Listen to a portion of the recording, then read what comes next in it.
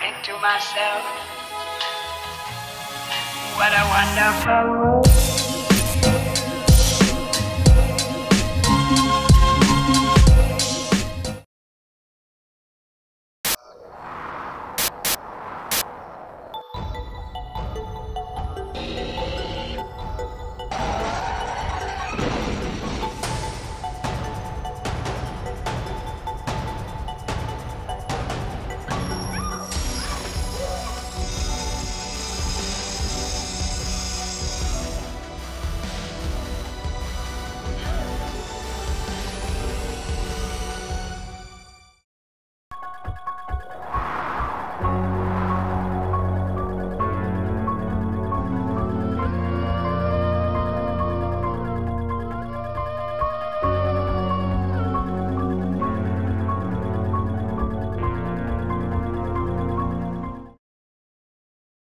Halo semuanya, selamat datang kembali di Story Film. Kali ini kita bakal lanjut ke kisah setelah Malam Berdarah di film Halloween 1 di tahun 1978. Tidak lain tidak bukan Halloween 2 tahun 1981. Film ini dimulai tepat beberapa detik setelah film pertama berakhir, di mana Michael Myers ditembak oleh Dr. Loomis dan terjatuh dari balkon. Tapi anehnya begitu Dr. Loomis lihat ke bawah, tubuh Michael sudah menghilang. Dari sinilah teror berlanjut. Bukan lagi di jalanan, tapi di rumah sakit tempat Laurie dirawat.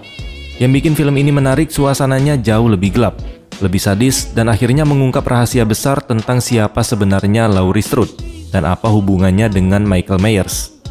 Penasaran bukan? Mending kita langsung aja masuk ke alur filmnya. Enjoy the video. Melanjutkan kisah Laurie yang baru aja selamat dari aksi brutal psikopat bertopeng pucat di malam Halloween sebelumnya. Cerita pun berlanjut di malam yang sama. Meskipun Dr. Loomis sempat menembak Michael hingga terjatuh dari balkon, ternyata tubuhnya menghilang begitu aja. Hal ini pun bikin Dr. Loomis dan Laurie makin waspada, karena bisa jadi si Michael masih hidup, dan dia mungkin akan kembali untuk menyelesaikan apa yang belum sempat dia lakukan.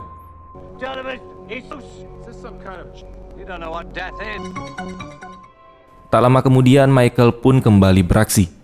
Dia menyelinap masuk ke rumah pasangan tua, yaitu keluarga Elrod, dan tanpa ragu membunuhnya menggunakan pisau dapur.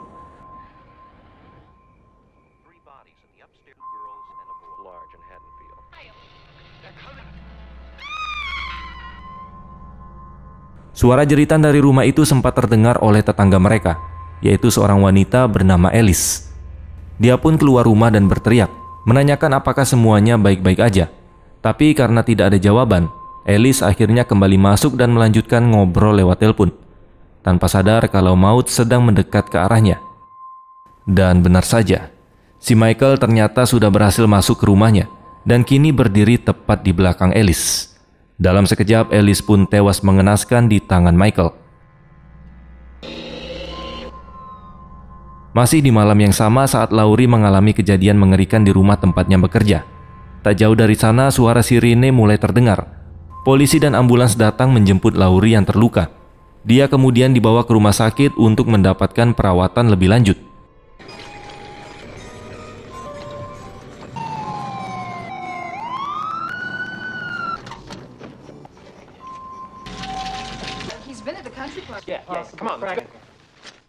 Sementara itu kita kembali ke Dr. Loomis yang sedang berkeliling bersama Sheriff Brackett. Mereka menelusuri setiap sudut perumahan untuk mencari keberadaan Michael yang masih berkeliaran bebas.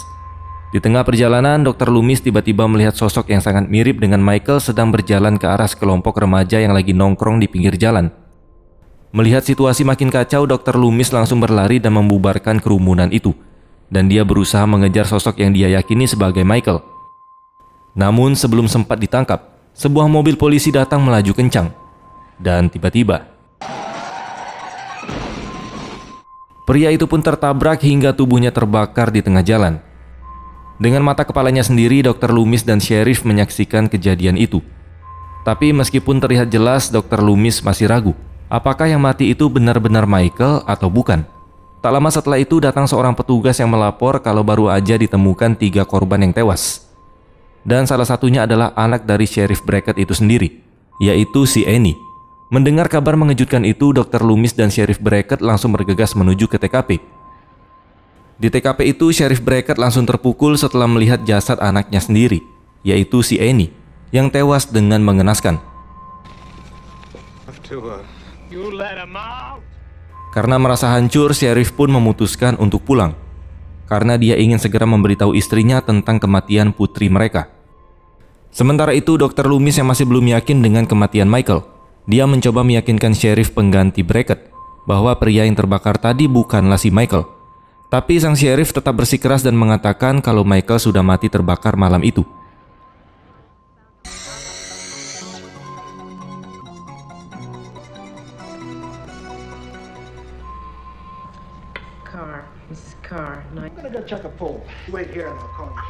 Kemudian scene pun berpindah ke rumah sakit tempat Laurie dirawat.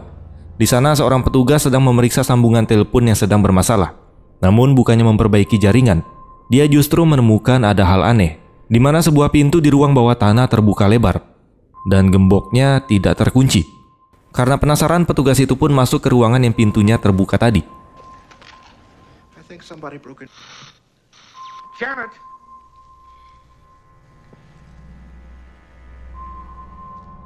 Tapi setelah itu scene langsung berpindah ke ruang otopsi, tempat Dr. Loomis dan beberapa petugas sedang memeriksa mayat yang diduga sebagai Michael Myers. Namun setelah diperiksa lebih dalam, sang dokter forensik mengatakan kalau korban itu berusia sekitar 17 tahun, sementara si Michael sendiri berusia 21 tahun. Artinya jelas yang mati terbakar tadi bukanlah si Michael. Itu artinya Michael masih hidup dan masih berkeliaran bebas di luar sana. Di sisi lain kota, suasana mulai ricuh. Warga yang panik mulai berkerumunan dan melempari rumah lama keluarga Michael dengan batu. Dr. Loomis dan para petugas segera datang untuk menenangkan warga dan menyuruh mereka pulang sebelum situasi semakin kacau. Tak lama kemudian dua remaja mendatangi mereka dan bilang kalau teman mereka yaitu Bennett belum pulang sejak pesta tadi malam. Mereka juga menambahkan bahwa Bennett memakai topeng dan berusia sekitar 17 tahun. Kemungkinan besar dialah korban kecelakaan yang dikira Michael Myers tadi. Cerita lalu beralih ke rumah sakit, tempat seorang perawat bernama Karen Bailey yang kebetulan dapat jatah piket malam, tanpa tahu kalau malam itu bakal jadi malam paling mengerikan dalam hidupnya. Tiba-tiba perawat Karen dikejutkan oleh suara bel dari salah satu kamar pasien. Tapi ternyata itu bukan pasien yang butuh bantuan, melainkan pacarnya sendiri yang sengaja menekan bel hanya untuk menggodanya.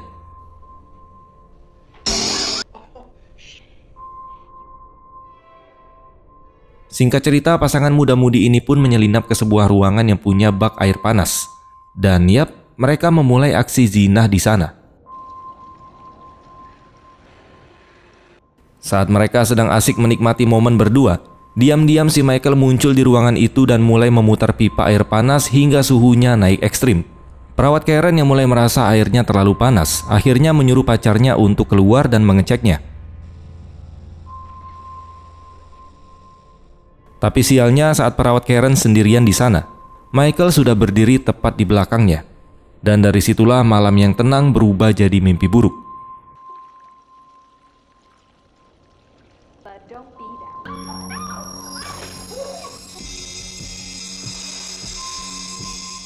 Perawat Karen akhirnya tewas dengan mengenaskan. Michael berkali-kali mencelupkan wajahnya ke air panas hingga kulitnya melepuh dan tubuhnya tidak lagi bergerak. Di tempat lain, Dr. Loomis tiba-tiba didatangi oleh seorang wanita dari pemerintahan yang membawa kabar buruk. Dia diminta segera kembali ke rumah sakit jiwa Smith Grove.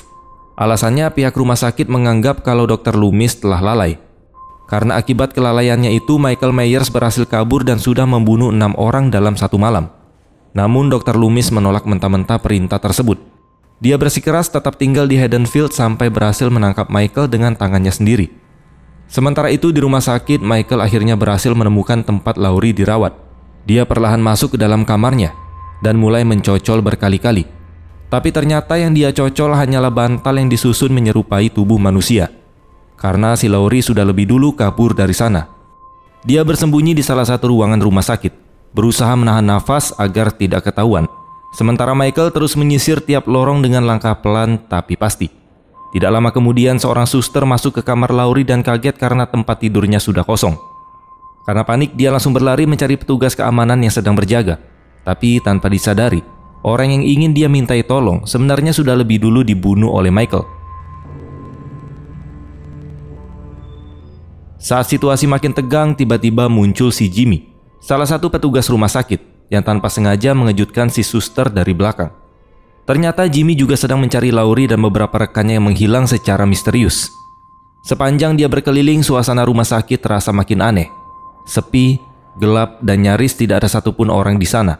Padahal Jimmy belum tahu kalau salah satu rekannya sudah tewas di tangan Michael, tepat di ruang pemandian air panas bersama perawat Karen. Jimmy lalu menyuruh suster yang bersamanya untuk terus menyisir rumah sakit. Dia juga berpesan kalau Laurie masih belum ditemukan, segera pergi ke kantor polisi untuk meminta bantuan. Tapi tanpa mereka sadari, dari balik bayangan lorong rumah sakit, Michael sedang berdiri diam mendengarkan semua percakapan itu. Kemudian Jimmy pun lanjut memeriksa tiap ruangan satu persatu, hingga akhirnya dia berhenti di depan ruang operasi. Dan di sanalah Jimmy menemukan pemandangan yang sangat mengerikan, di mana ada seorang suster yang sudah tewas, dengan darah menetes dan menggenang di lantai. Saat mencoba mundur dan keluar dari ruangan, Jimmy malah terpeleset karena lantai yang penuh darah. Lalu kepalanya terbentur hingga dia pingsan. Scene kemudian berpindah ke suster lain yang memutuskan pergi ke kantor polisi untuk mencari bantuan. Tapi sialnya begitu masuk ke mobil, mesinnya sama sekali tidak mau menyala. Dia pun turun untuk mengecek. Dan disitulah dia sadar, ada bensin yang menetes dari bawah mobilnya. Dan ternyata selang bensinnya sudah disabotase oleh seseorang. Bukan cuma itu, ban mobilnya juga sudah kempes seperti disayat dengan benda tajam. Dan yang lebih parah, semua mobil lain di parkiran pun mengalami hal yang sama. Dari sini dia pun mulai panik. Si suster sadar kalau hanya ada satu orang yang mungkin melakukan semua itu. Dia adalah Michael. Tanpa pikir panjang, dia pun segera berlari kembali masuk ke dalam rumah sakit, berharap masih bisa selamat. Sementara itu, Laurie yang bersembunyi sejak tadi akhirnya memberanikan diri keluar dari tempat persembunyiannya. Pelan-pelan dia berjalan di lorong rumah sakit yang sepi, berharap situasi sudah cukup aman untuk kabur dari sana. Namun di saat yang bersamaan, suster yang baru aja kembali ke dalam rumah sakit melihat Laurie dan langsung memanggil-manggil namanya. Dia berusaha mengejar Laurie yang tampak linglung dan ketakutan. Tapi belum sempat mendekat, suster itu malah dibunuh secara brutal oleh Michael tepat di depan mata Laurie. Laurie yang panik langsung berlari sekuat tenaga tanpa arah yang jelas. Yang penting dia bisa kabur dari psikopat bertopeng pucat.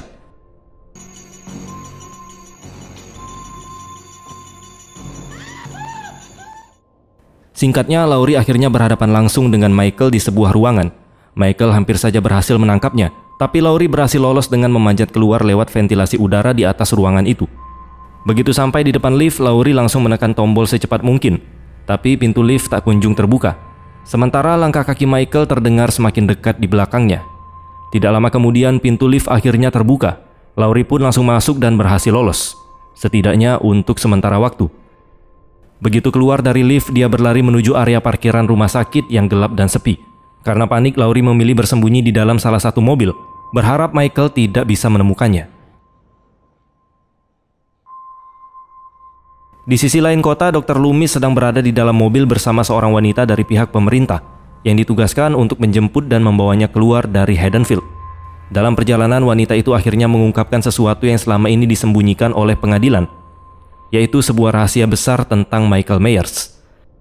Dia mengatakan bahwa Laurie sebenarnya adalah adik kandung Michael Myers. Setelah Michael membunuh kakaknya, yaitu si Judith, Laurie yang masih bayi kemudian diadopsi oleh keluarga lain, dan identitasnya disembunyikan agar tidak ada yang tahu hubungan darah mereka.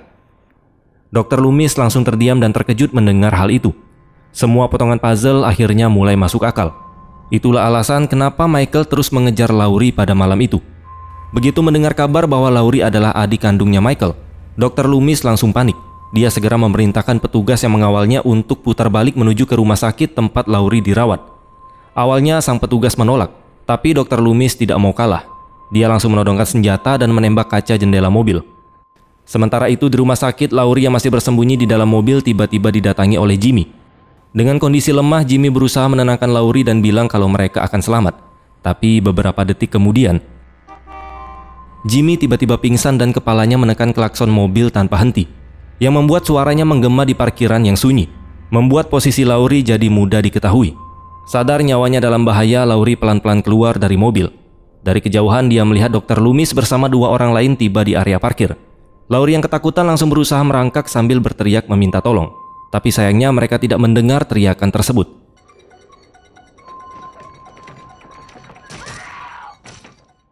Dan di saat yang sama Michael muncul dari kegelapan, berjalan perlahan ke arah Laurie. Untungnya sebelum Michael sempat mendekat lebih jauh, Dr. Loomis mendengar teriakan Laurie dari dalam rumah sakit dan segera membuka pintu untuk menyelamatkannya. Dr. Loomis akhirnya menembakkan pistolnya berkali-kali hingga Michael tumbang di lantai. Suara tembakan itu pun menarik perhatian petugas lain yang langsung mendekati tubuh Michael. Dengan yakin sang petugas berkata kalau Michael sudah tidak bernafas. Tapi ternyata itu keputusan paling fatal yang pernah dia buat. Dalam sekejap Michael bangkit dan langsung membantai petugas itu tanpa ampun. Melihat kejadian tersebut, Laurie dan Dr. Loomis langsung panik dan kabur menyusuri lorong rumah sakit. Tapi naasnya usaha mereka untuk menyelamatkan diri gagal total karena Michael berhasil menemukan mereka.